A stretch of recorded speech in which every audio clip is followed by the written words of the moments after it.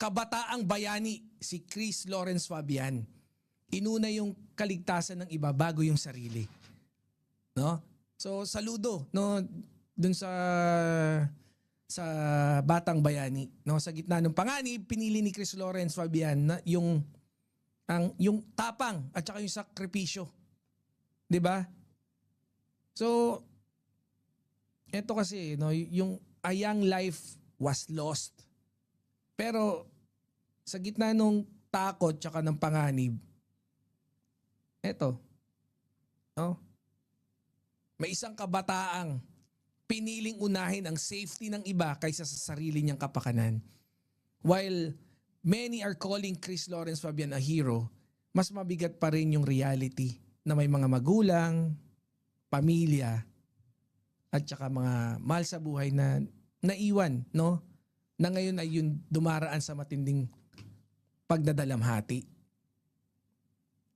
'Di ba? So, ito, mga mandirigma, no? Meron kasi mga balita na nagbibigay ng ng pag-asa, no? May balita rin na mga nagbibigay ng yung balita na nagpapabigat ng puso. 'Di ba? This is one of those stories. Yan nga, no? Ayon dyan sa ulat, si Chris Lawrence Fabian showed extraordinary courage, no, sa gitna ng trahedya sa Tacloban. Ang bigat no? Actually mas mabigat pa 'to dun sa no, yung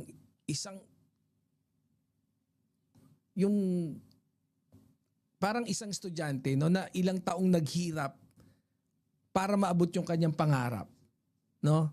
Tas dahil sa isang iglap, may mga pangarap na naputol, no, at may mga pamilyang naiwan, habang buhay nilang dadalhin yung sakit na yun. Habang buhay nilang dadalhin yung sakit. Kaya dito natin nakikita yung no, yung tunay na heroism. Pag yung tunay na heroism, hindi laging nangyayari sa movies o sa mga pahina ng stories. Hindi lang doon nangyayari. Minsan nangyayari to sa ordinaryong kabataan, no? Yung biglang naharap sa isang extraordinary situation. Tapos, yun nga, mas pinili yung katapangan at saka yung pagtulong sa kapwa, kapakanan ng kapwa. Kaya, alam nyo mga kapatid, no?